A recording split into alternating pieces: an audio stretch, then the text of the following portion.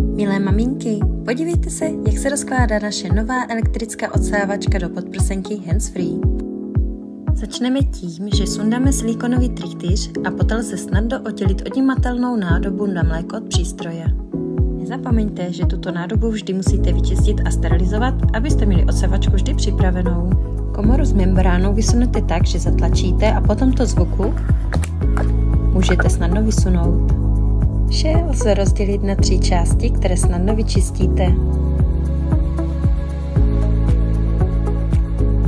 A takto snadno složíte vše zpátky.